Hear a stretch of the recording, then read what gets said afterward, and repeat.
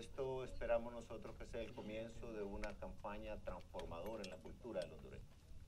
Y pedirle a mis amigos de los medios que están hoy aquí, también que trasladen a sus empresas esa petición nuestra de que hagamos de este trabajo de protección, de buen manejo de este recurso tan importante, una tarea de todos los días. El desafío que tenemos es grande por la ubicación que tiene el país en el globo. Eso nos hace ser uno de los países más vulnerables en términos de cambio climático de toda la Tierra. Y eso tenemos que tenerlo claro para poder habilitarnos en términos de prevenir, pero también en términos de ir creando una cultura de sostenibilidad. Hace muchos años, y lo vamos a hablar pues, dependíamos en buena parte de los ingresos de lo que el bosque nos da. Y debemos de regresar a eso. Debemos también de identificar todas esas grandes cantidades de terreno que tenemos ya identificadas como parques nacionales. Queremos ligarlo a la estrategia de turismo. Nosotros en Lempira, con el Parque Celaque, tenemos un gran activo en términos de atracción turística para el departamento, para todo el occidente. Ahora nos hemos unido todos, más allá de municipios, de otro tipo de instituciones, y tenemos una plataforma que se encarga de cuidar y proteger el Parque Nacional Celaque. Creamos una autoridad especial para eso. Y yo se los digo a ustedes, como alguien que me siento orgulloso de eso, no solamente ahora es un tema de asegurar la producción de agua, es un atractivo turístico impresionante, impresionante. Y si a eso le sumamos que en todas estas zonas tenemos aves, y nos deja más el turista que viene a ver aves que el que viene a bucear al Atlántico, esos números se convierten en una gran oportunidad. Así es de que quería ponerles en perspectiva lo que queremos hacer con este evento, con este programa. Por eso, de antemano, gracias por venir, a todos los que han venido contribuyendo, los que van a seguir contribuyendo, pero ocupamos comunicar para transformar la mentalidad de muchos de nuestros compatriotas y tomar esto tal cual es, una gran oportunidad. Yo quisiera que comenzáramos entonces por el tema del combate a lo que es el combate a los incendios en todo este tiempo que ha pasado atrás. Hemos visto nosotros que además del problema de los incendios que normalmente se da año con año, ahora tenemos mucha cantidad de árboles que por este efecto del gorgojo quedaron en algunas zonas y que obviamente también se convierten en factores que aumentan el riesgo. En ese sentido, pues también de la mano del combate a los incendios tiene que ir el tema de prevenir, porque al final, como dice el dicho, vale más prevenir que lamentar. Y por eso es fundamental también explicarle a la ciudadanía de qué se trata estas labores de prevención, cómo cada quien lo puede hacer, si tiene su propio terreno, si tiene ahí la oportunidad de hacerlo en su vecindario. Y en ese sentido, yo quiero hacer énfasis en que Honduras, por la ubicación que tiene en el mundo, es uno de los países más vulnerables de todo el mundo en términos de los efectos de los cambios de clima. Fíjense ustedes el 2014, 2015, esas sequías tan prolongadas. Y luego se nos vienen inviernos tan copiosos que no hay manera a veces de no dejar de sentir temor. Por ejemplo, los cholotecas, los del sur, cuando se van esas enormes cantidades de agua que son inmanejables a veces. El año pasado, en el Valle de Sula, fuimos a ver las inundaciones allá a los principios de noviembre, y ¿con qué nos encontramos? Con que me decían los técnicos, mire, presidente, por mucho que le subamos a los muros de contención en el Valle de Sula, con la enorme cantidad de agua que está cayendo hoy, no va a ser posible en los próximos años gerenciarlo solo con lo que son los bordos. Entonces se hablaba de cómo gerenciar esa gran cantidad de agua un poco más adelante donde caía. Entonces nos enfrentamos a dos extremos: sequías prolongadas y luego también inviernos que no los habíamos visto antes. En Roatán, hace poco, tuvimos cantidades de lluvias que no las habíamos tenido durante muchas décadas. Y complicada la situación. Por tanto, hay que ser conscientes de eso para que una vez que seamos conscientes, si ustedes se fijan, cuando el ser humano aprende algo, lo termina de digerir, su mente, su actitud es diferente frente al problema. Pero hay que reconocerlo primero, de qué dimensión es, para poder enfrentarlo. Luego, un dato interesante. Aquí está el rector de UNACIFOR, y ellos hacían un estudio hace un tiempo que el promedio por año en pérdida por estos incendios es de 1.200 millones de lempiras. Es una enorme cantidad de plata por no hacer el trabajo que debemos de hacer. Solo para que cuantifiquemos ahí también la parte económica. Pero también cuando se dan estos incendios que no se pueden controlar, también tenemos el problema del riesgo de vida. Con las inundaciones igual.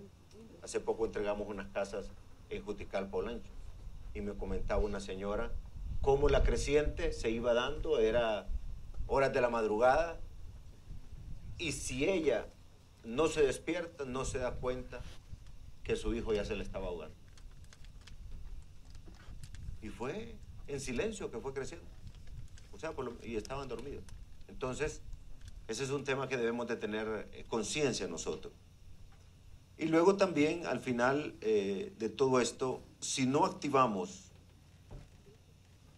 este sistema de alerta, estas emergencias, si no usamos el 911, que para eso está, es bien difícil tener la capacidad de reacción. Y ahí quiero yo invitar a todo el pueblo hondureño y aquí a todos ustedes a que nos convirtamos también, cada uno de nosotros, en seres humanos comprometidos de que cuando se dé una emergencia de estas, agarremos el teléfono, marquemos, hagamos nuestra parte.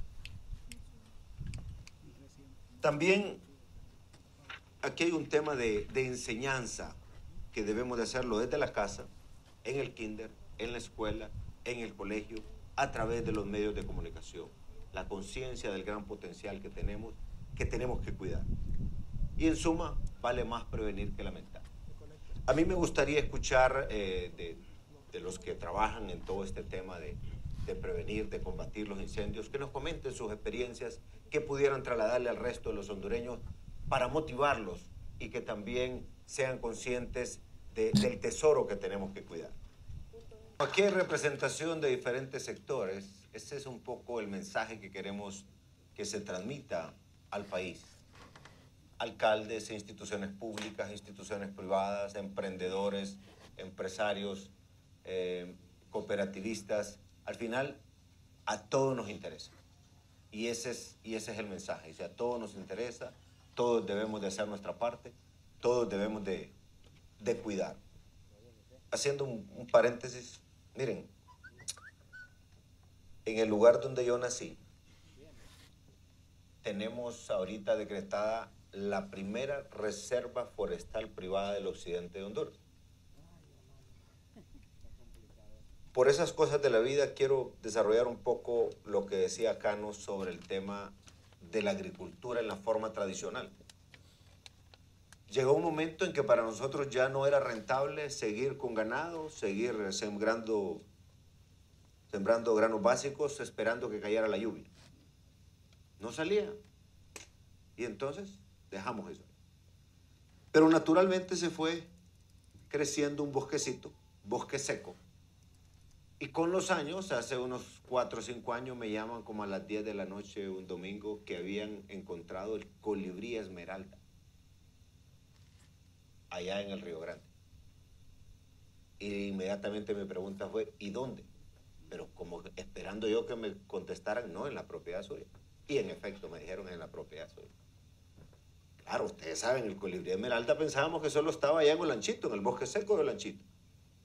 Y resulta que después de trabajar precisamente con una egresada becada de UNACIFOR, Karina Escalante, empezamos a caminar en medio del bosque y decidimos, Ana y yo, construir unos senderos y con la asesoría de Karina, para hacer corto este cuento. Hace más o menos unas 2 semanas vino el primer grupo de avituristas desde Bélgica al Río Grande en Gracia Lempira a ver el colibrí esmeralda. Hemos identificado en ese pequeño bosque de unas 80 manzanas alrededor de casi 80 especies. ¿Y cuántos muchachos y muchachas y gente mayor se benefició de ese grupo de personas que fueron a ver? Una enorme cantidad, porque andaban acompañándolos. O sea, tenemos que ver también esa otra potencialidad. Solo les estoy hablando del aviturismo. Si ustedes van a Celaque, si van a los otros parques de reserva, ahí tenemos una enorme oportunidad. Y otro tema es la explotación del bosque, la parte de la resina que hacen mis amigos allá y amigas de las cooperativas resineras. En fin, al final tenemos una enorme cantidad de beneficios, no digamos el agua. Entonces estamos hablando de temas serios. Por eso es importante mandar ese mensaje en conjunto de protección y también de poder buscar la regeneración de aquellos lugares donde hemos tenido problemas. Yo espero que este sábado tengamos ya un acuerdo con el sector privado sobre un tema ahí entre el 1.5, tasas de seguridad y otros temas. Son acuerdos que son resultados que nos permiten avanzar. Yo creo que es fundamental instalar una mesa del sector forestal y empezar a conversar, identificar los temas de corto, mediano y largo plazo. Por lo que decía Argüello ahorita, el tema del potencial del país en términos forestales es extraordinario. El cambio de cultura que necesitamos construir es fundamental, principalmente con los productores tradicionales en el sector agro. Y luego también estamos impulsando muchos jóvenes que van a estudiar a ENACIFOR, a otras universidades. Luego el tema del campo a la mesa es otro tema que es fundamental también. Y ya no podemos seguir produciendo como antes. Y ahora con estas oportunidades que tenemos también en el tema turístico, en la nueva agricultura, el tema de producción de agua, al final tanto que debemos conversar, pero ya llegar a acuerdos puntuales y definir una política sostenible de mediano y largo plazo. ¿Qué tanto lo necesitan? Muchas gracias.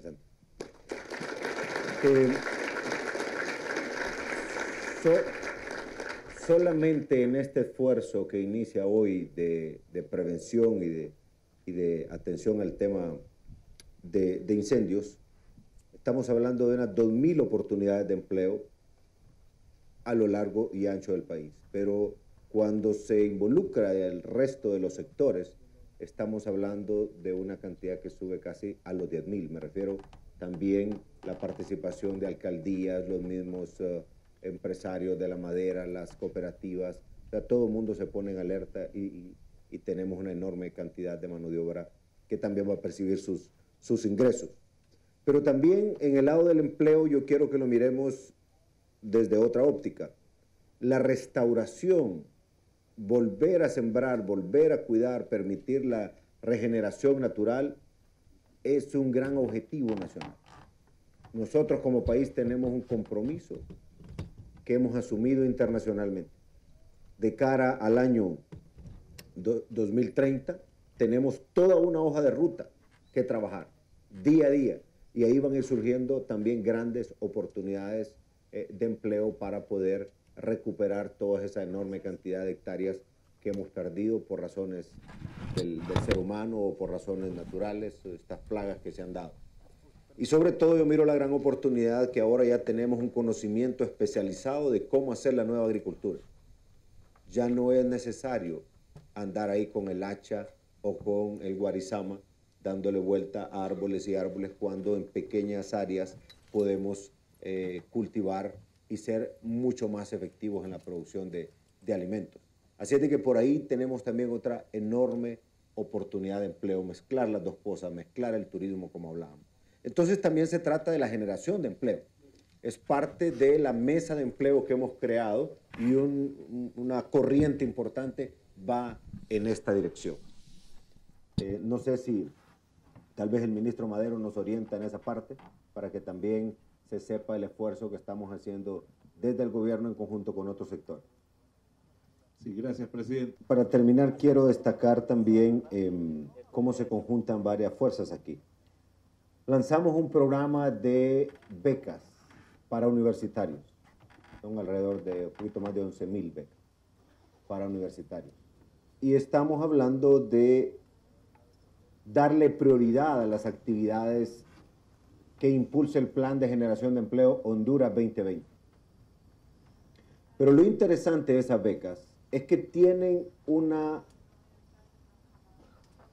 contraprestación, o el becario está en la obligación de destinar alrededor de 20 horas, ¿verdad?, a la semana para poderle regresar algo a la sociedad. Y lo que más me ha llamado la atención, que buena parte de las actividades que ellos escogen es el tema de la reforestación. Entonces yo quiero felicitarlos, quiero también destacar que eso está en el sentimiento ya del joven. Pero hay otra manifestación quizás más prolongada en el tiempo, con más sentimiento.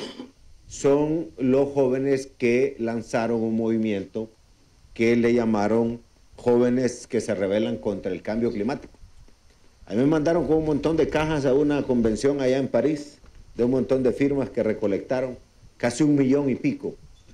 Y cada vez que yo voy a un Actívate, están por ahí a la mitad del camino, yo voy tal vez ya un poco sin mucho aire, y me dicen, párese, Juan Orlando, vamos a sembrar aquí unos arbolitos. Entonces miro algo sistemático a nivel del país. Yo creo, Arnaldo, que ahí tenemos una enorme oportunidad en la juventud que se manifiesta muy solidaria con el tema del medio ambiente. Hay mucha oportunidad que aprovechar ahí. De igual manera las universidades, de igual manera también los empresarios, los municipios, Copeco, el tema también de los bomberos, las Fuerzas Armadas que tienen una obligación en este caso y ahora están pasando ya no solamente a combatir, sino que miré ya una buena cantidad de plantitas en diferentes lugares del país. Allá estuve viendo las plantas de mangle en el sur, buena iniciativa. Y en fin, en cada batallón queremos tener siempre una buena cantidad de plantas para seguir con este proceso de reforestación. Quiero agradecer también a muchos medios de comunicación que han agarrado esto como propio. Han hecho campañas sistemáticas todo el año.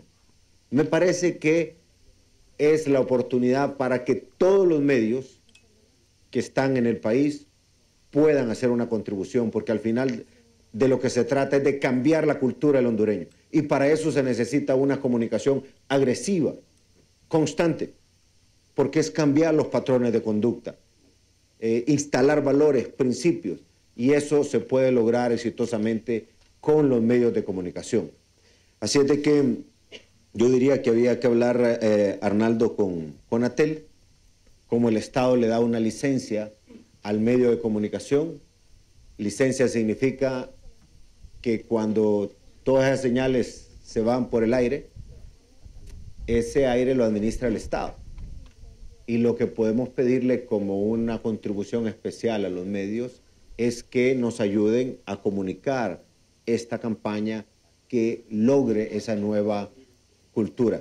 Y yo sé que quizás el llamado de Conatel va a ser para coordinar nada más, porque sé que en el mejor interés de cada medio de comunicación, como grandes seres humanos que son, y como saben que sin agua no hay vida, también sin agua no hay alimentos, entre otras cosas, todos tenemos que trabajar para construir esa nueva forma de ver las cosas y cuidar el bosque, cuidar el medio ambiente. Bueno, empezamos esta jornada. Cuídense mucho los que van a esa tarea que es muy arriesgada. Cuídense mucho, protéjanse los unos a los otros y yo creo que con las técnicas que ahora se tienen, pues se logra hacerlo con mucho más cuidado. A nuestros amigos cooperantes, gracias. Gracias porque siempre han estado pendientes, particularmente en este tema. Tenemos amigos que vienen de décadas atrás y sé que lo vamos a seguir haciendo. Felicidades a todos y todas. A cuidar el bosque.